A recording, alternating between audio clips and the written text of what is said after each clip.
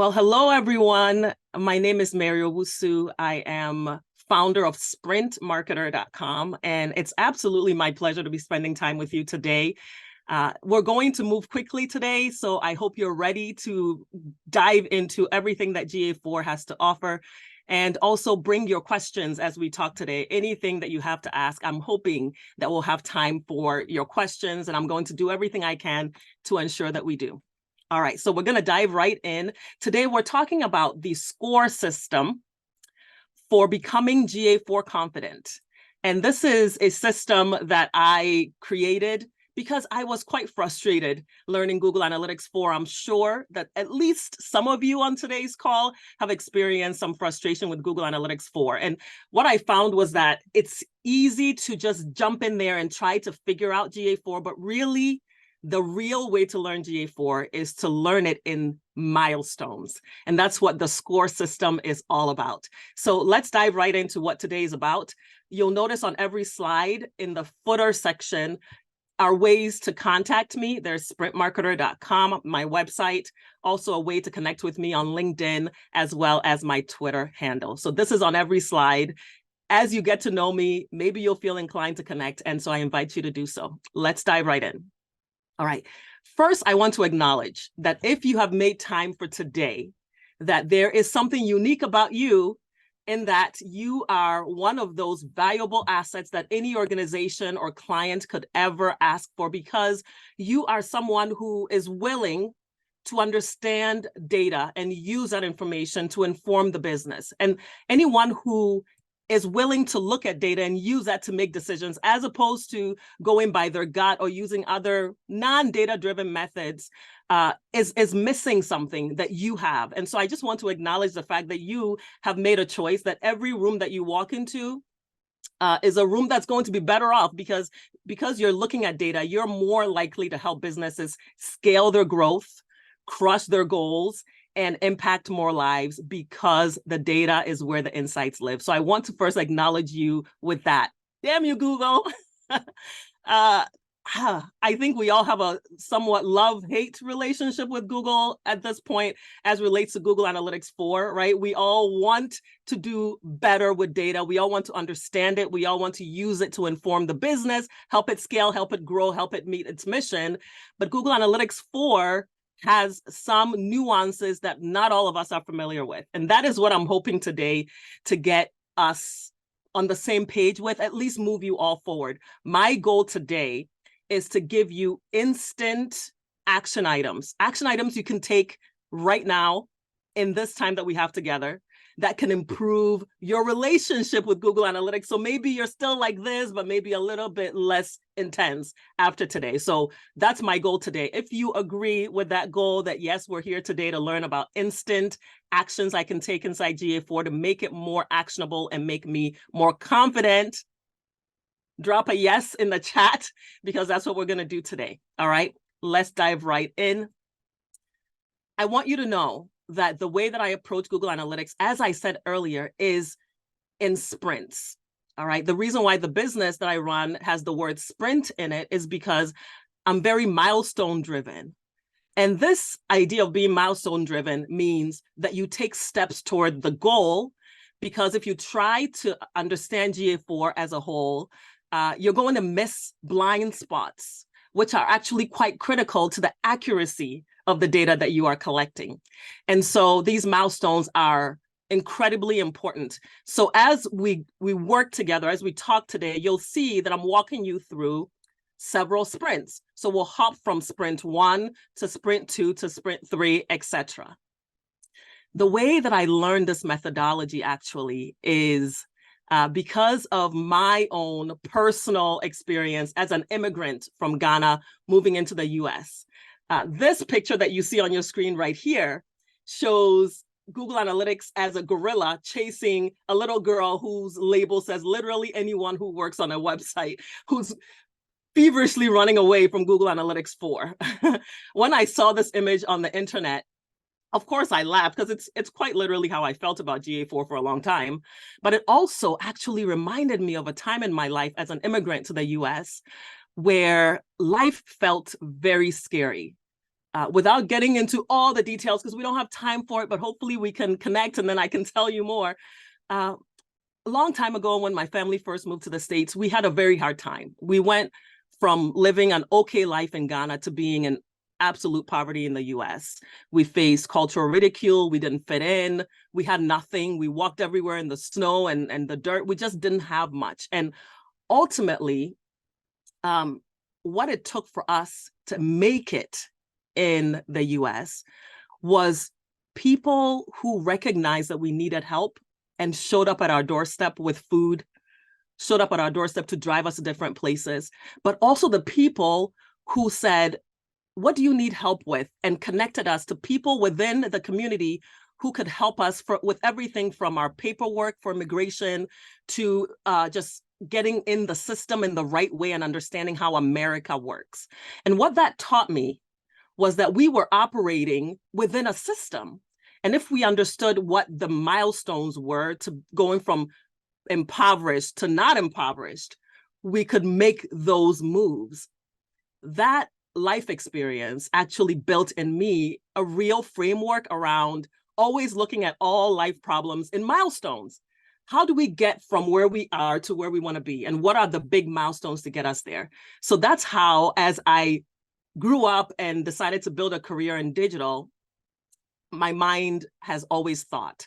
So that's what drives the SCORE framework that we're going to be talking about today. Milestone-driven thinking, system-oriented thinking that gets us from point A to point B. Here's the SCORE system, all right? In order to become GA4 confident, you have to first set up GA4. So in milestone 1, SCORE, the S in SCORE is set up. Here we're setting up GA4 correctly, ideally using Google Tag Manager, because that opens up the flexibility for us to do so much more in Google Analytics 4 than we can if we don't set it up with GA4, with Tag Manager. So setup. After you've done setup, then you have to immediately move to the correct stage. A lot of folks are moving from setup to immediately trying to report information out of Google Analytics 4, and you cannot move from S to R in the SCORE system. You have to move from S to C. The reason is because the correct stage forces us to quickly fix the default settings inside Google Analytics 4 that cause the data that we're looking at to actually not be quite right, to be incorrect. And that's not good for a report to have bad data. So immediately after you set up, you have to move into the SCORE stage. So this is where we'll quickly fix errors and default settings that cause us to have bad data. After you've gone from SCORE, or from setup rather, to correct, then we move into optimize.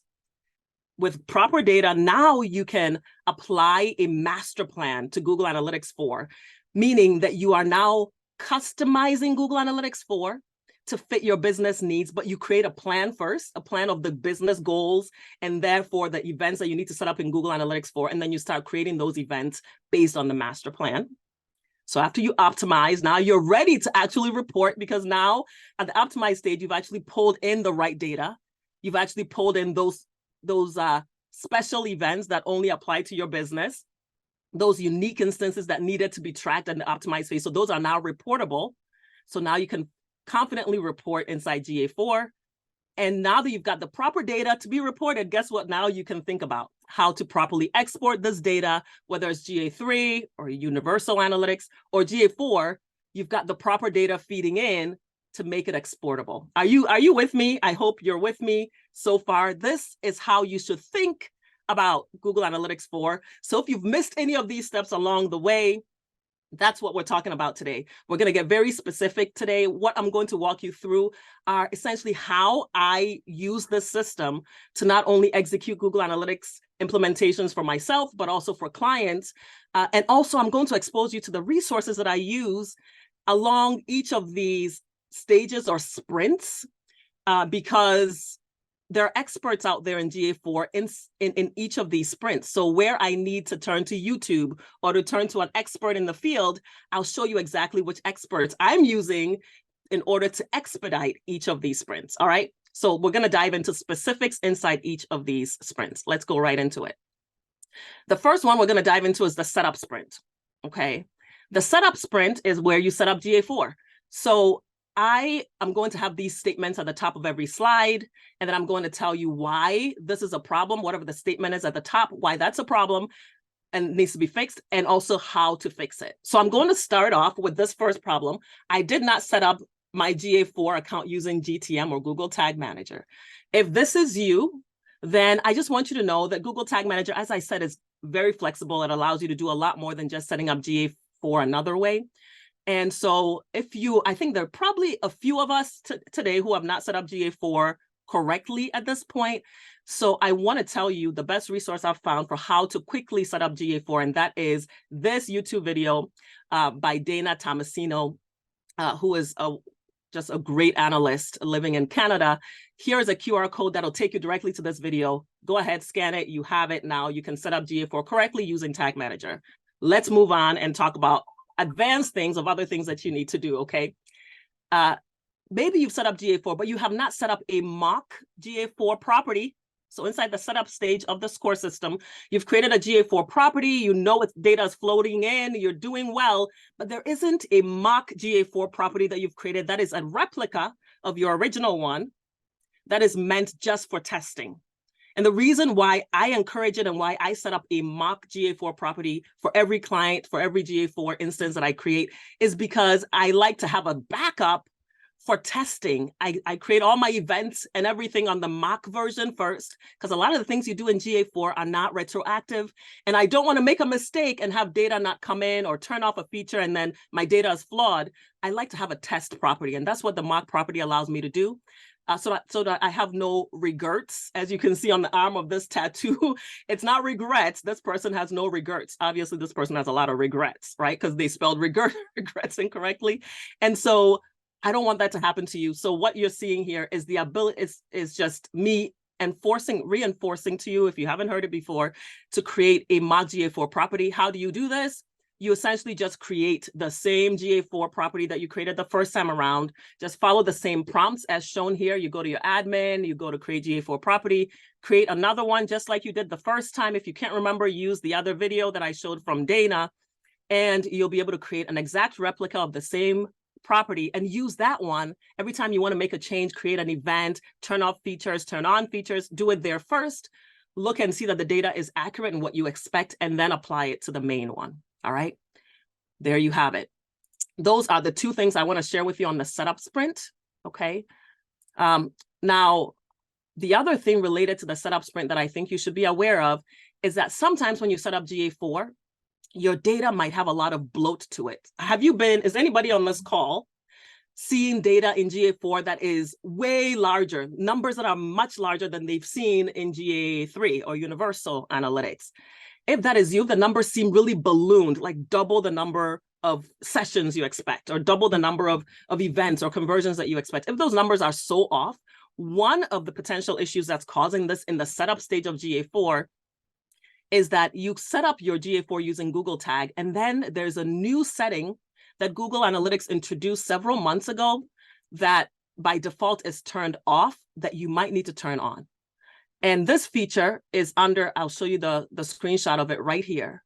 So if you go into your admin settings and you click on Manage Google Tag, and then you click Admin, you're going to scroll down and see a feature called Ignore Duplicate Instances of On-Page Configuration. And if yours is turned off, like you see in the screenshot, I want you to turn that on. What that does, Google introduced this, and there was not a big announcement about it, but this is one of the ways to regulate ballooned numbers inside GA4 to make sure that they show that they autocorrect, because Google will essentially ignore one of those tags that was placed on the site and only use one of them, as opposed to if it sees multiple Google tags on the site, it'll only use one.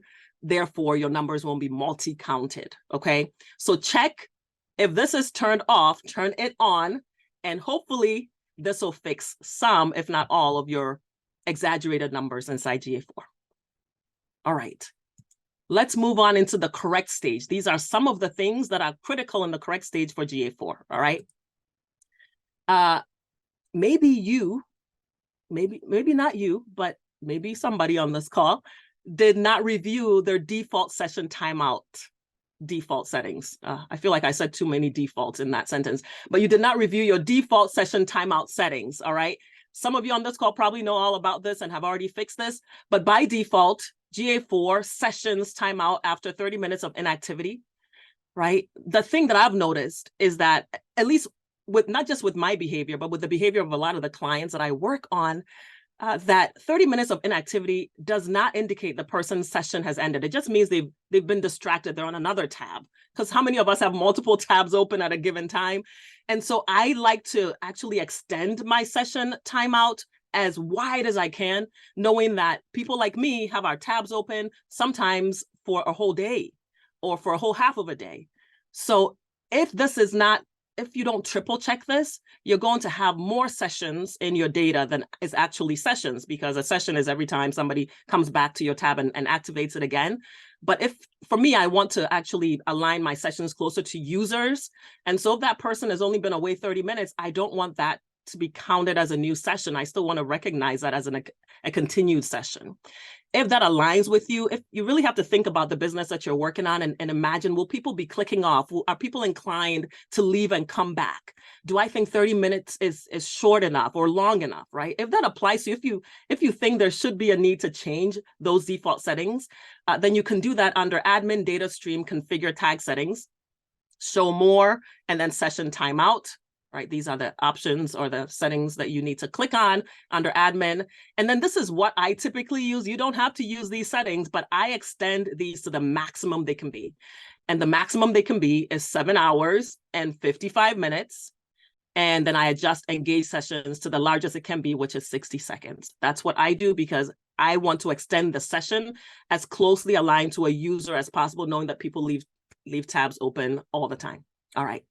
So that is a correct item that you should definitely look at for your particular use case. Another correct item, let's talk about another one, is, are you busted? Maybe you set up your internal filter, but you did not activate it. Okay, setting up your internal filter and activating are two different steps that live in two different sections inside Google Analytics 4. So, an internal filter is when you say, do not count this IP, people who come from this IP, for example, people who come from the IP of my business, my coworkers, myself, do not count us in the data. A lot of us go into the settings inside GA4 and we put in the IP address to be excluded from GA4 data and from its reports, but we forget to take the next step. So let me show you, if this is you, if you've been busted, the way that you know is that you didn't complete step number 2. So first of all, step number 1 is you go under data streams.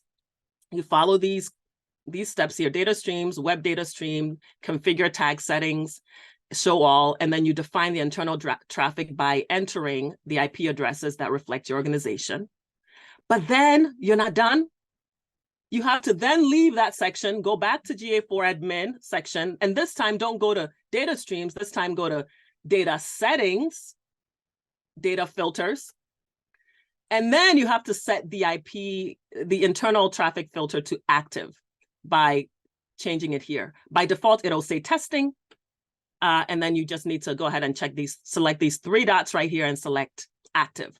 So this is one of those steps I encourage you to take right now and fix, especially if you know that you've set up IP addresses in the past, but part of you thinks maybe you didn't do the second step. I want you to go ahead and take care of the second step, go into data settings, data filters, all right? Okay.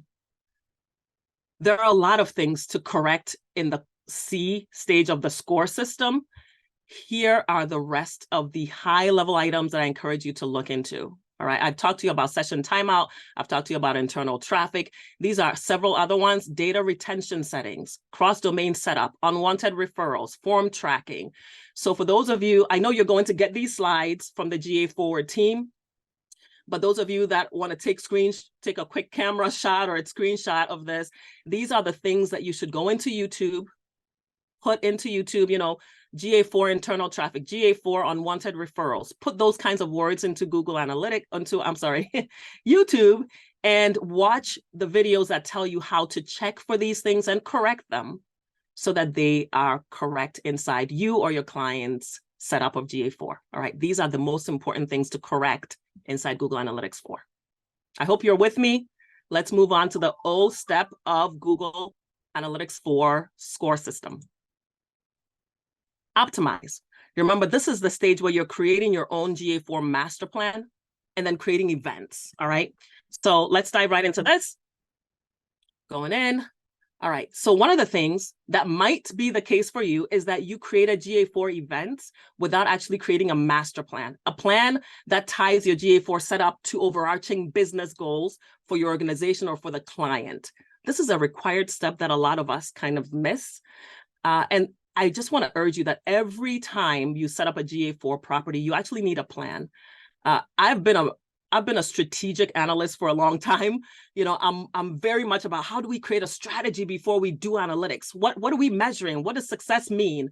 So for a long time, I was on stages talking about the importance of a success plan, the importance of creating a business goals and then marketing goals and then marketing KPIs that align to the goals. I've been implementing this for almost all of my career, and it does go for GA4 as well.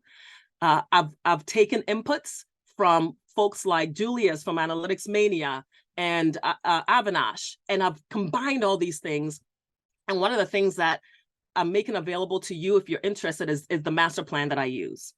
I've borrowed things, like I said, from Julius, from Avinash, from other really great analysts out there on the internet, and created a 2-tabbed GA4 master plan that you can use to first create the business goals. You know, what is the business trying to do? Is it to generate leads? Is it to sell products? Is it to help customers find information?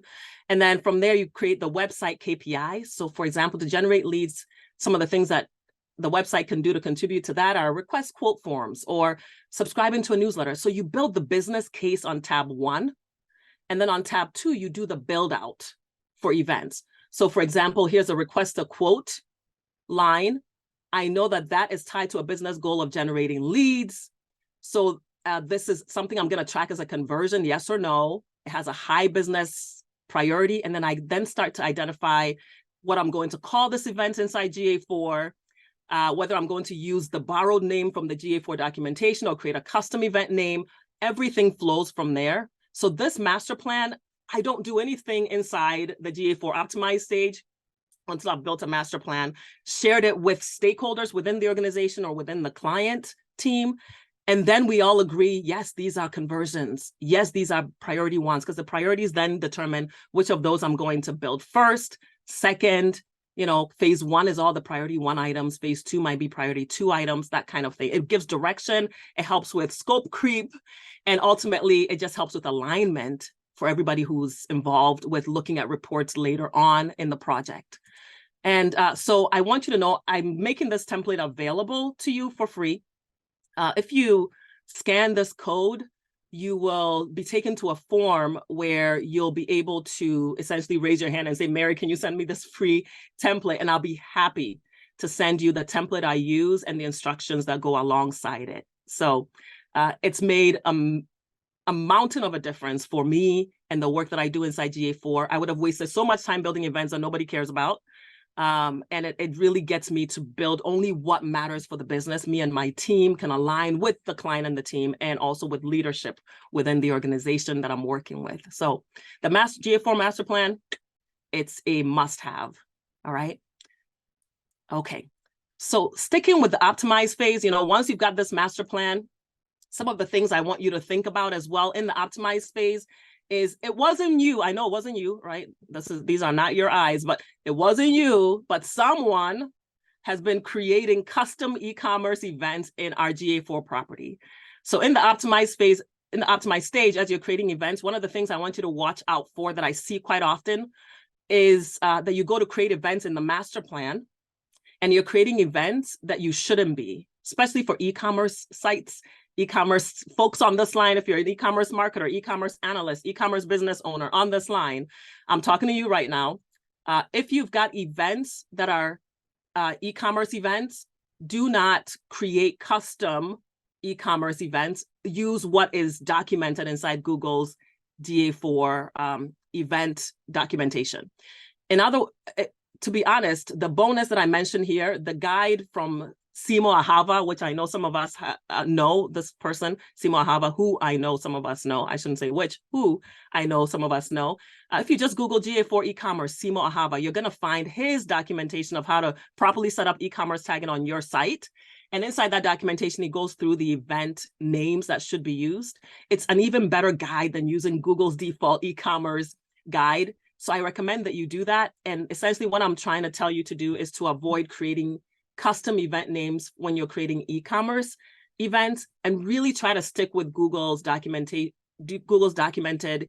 e-commerce event names, because that could really cause data to not flow correctly for your e-commerce reports, okay?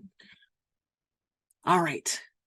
One more thing related to the optimize phase is sometimes I still see this, and if this is you, don't be, it's not just you. I just want you to know that sometimes people are double creating events in both GA and GTM. So as you're creating the master plan, you're creating the events, and you go to build them, and then you build them inside the GA4 interface, and then you also go and build them inside the GTM interface. This is a no-no. You just build them once, and usually that build once should be done in GTM and not GA, right? So definitely stop building events inside both GA4 and GTM. They then will be redundant, and you'll end up with clones of the same events. So you'll see two purchase events every time somebody buys, or two form fills every time somebody buys, instead of one. And you don't want these clones happening to your data. So I highly encourage you to just stop doing that. Events are not the same as custom dimensions, which do sometimes need to be recreated inside the GA4 interface. So instead, just you build events inside GTM, don't also build them in the GA4 interface, okay? All right. The best videos that I've found for correctly optimizing your GA4 setup with the right events are videos from KP Playbook, Measure School, and Analytics Mania.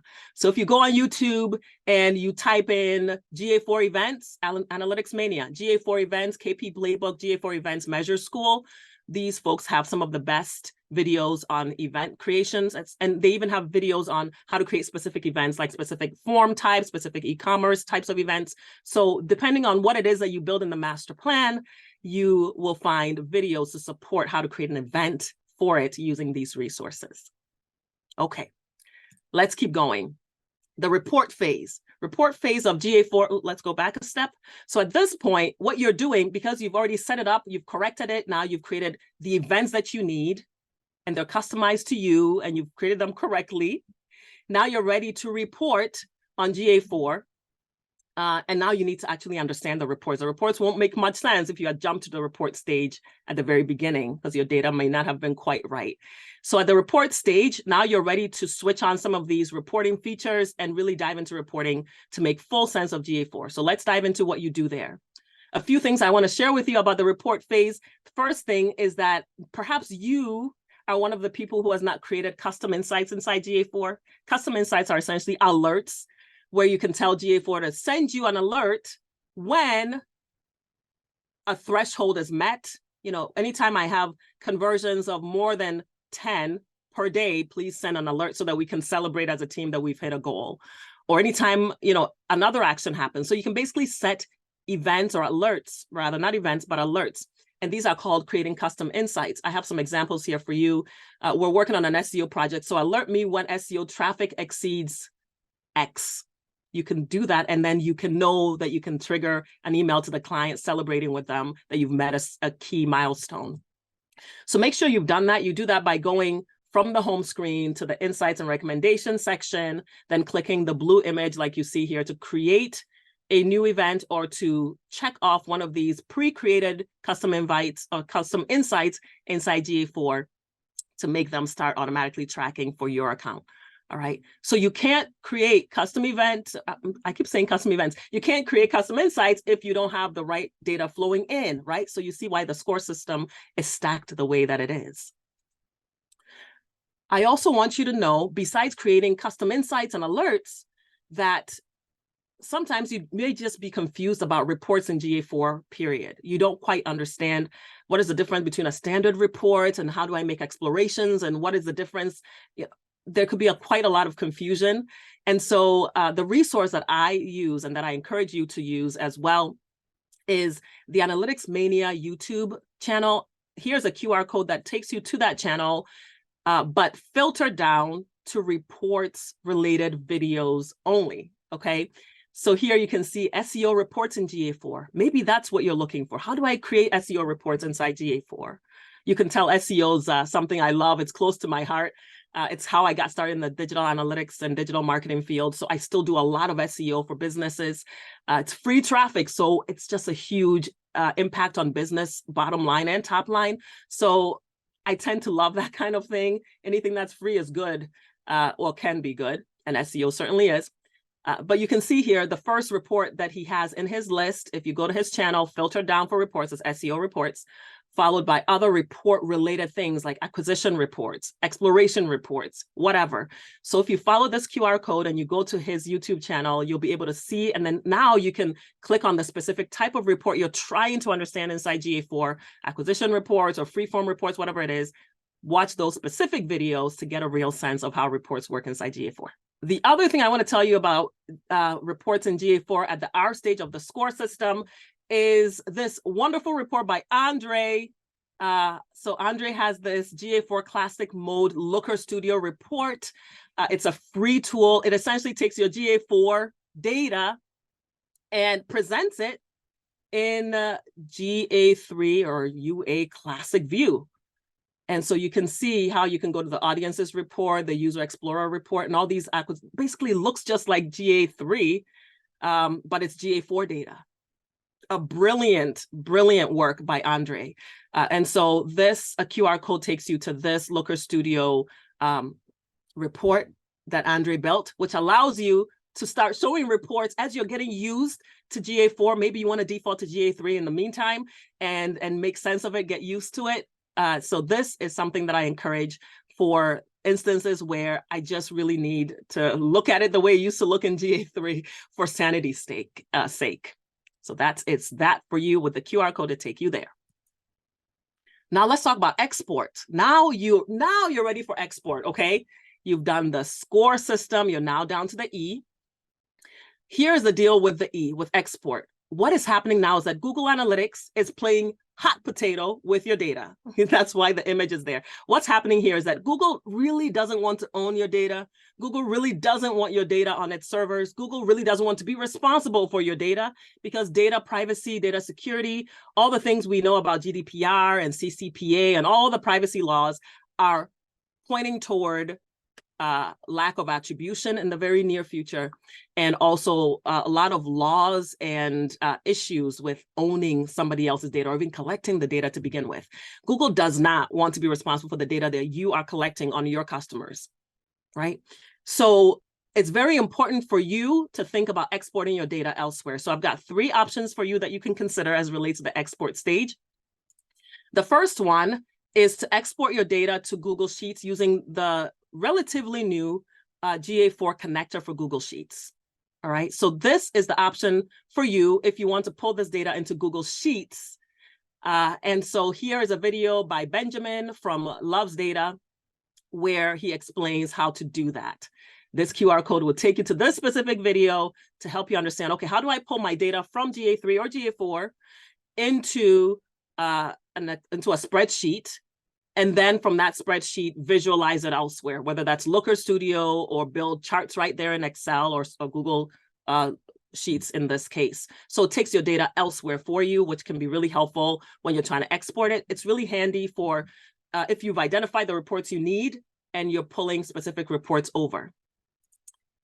Another option is to export your data into BigQuery and then use Looker Studio to visualize it. So for this, my friend Anil is fantastic with Looker Studio and BigQuery best practices. He's a part of the Digital Analytics Association. I'm president of the board of the Digital Analytics Association. So Anil is a huge contributor to that community. I encourage all of you who are on this line who are not part of the Digital Analytics Association to consider becoming members of DAA. The website is digitalanalyticsassociation.org, spelled out, digitalanalyticsassociation.org. And all we are is a community of thousands of analysts who are educating, networking, and professionally developing with one another inside this close-knit community. And Anil provides a ton of training to the community. And one of those trainings is around BigQuery using Looker Studio. So you can pull data from GA4 directly into Looker, into BigQuery, and then directly from BigQuery into Looker. This is a bit more advanced than pulling into spreadsheets.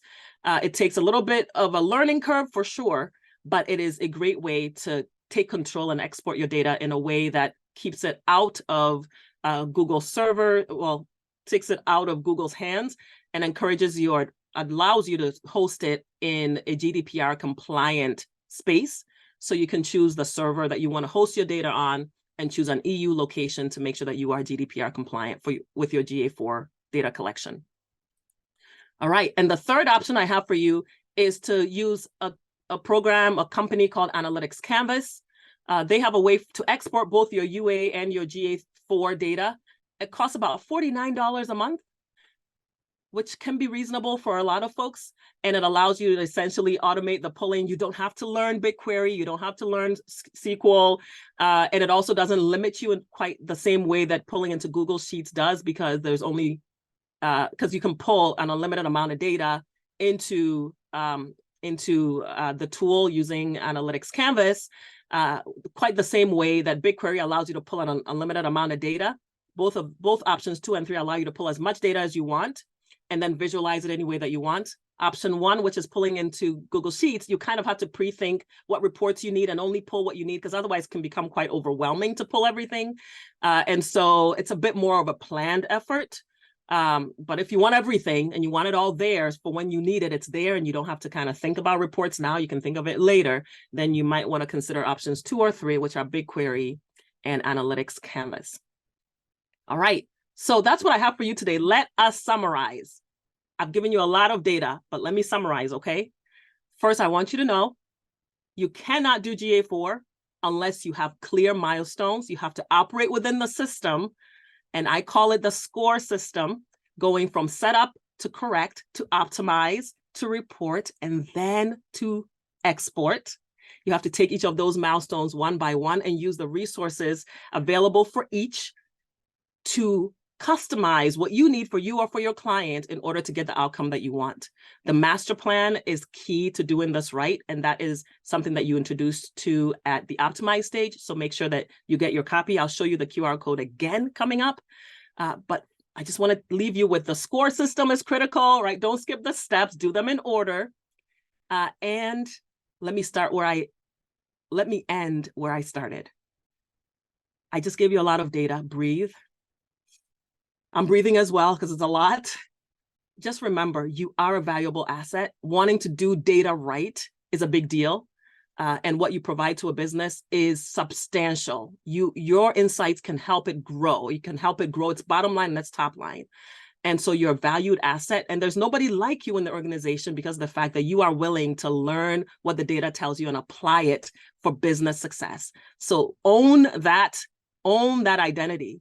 Because it's what defines us marketers and analysts who are willing to use data to improve outcomes. All right, so that is what I have for you today, the SCORE system for GA4. Here is the QR code again for the GA4 master plan. And I really appreciate you having me today and taking the time to listen to me. I hope we connect on the social networks, and I'm ready to take any questions that you have. Thank you. Thank you so much for that, Mary. I'm afraid we've just run out of time for questions, and we've got another talks that are coming up. But hopefully, if you're around for the next sort of 15 minutes or so, there's a networking lounge where you can sort of continue those discussions. So I've just put the link to the networking lounge into chat. And we'll send you, Mary, we'll email you a copy of the questions so you can reach out to those attendees and also answer them directly. And I'm just going to take presenter control for a moment. So again, if people could fill in the speaker surveys, and that's where we're going to put resources, slides, recordings, etc. And the link to the networking lounge, as I said, I've just put that into chat. That's for Kumo Space.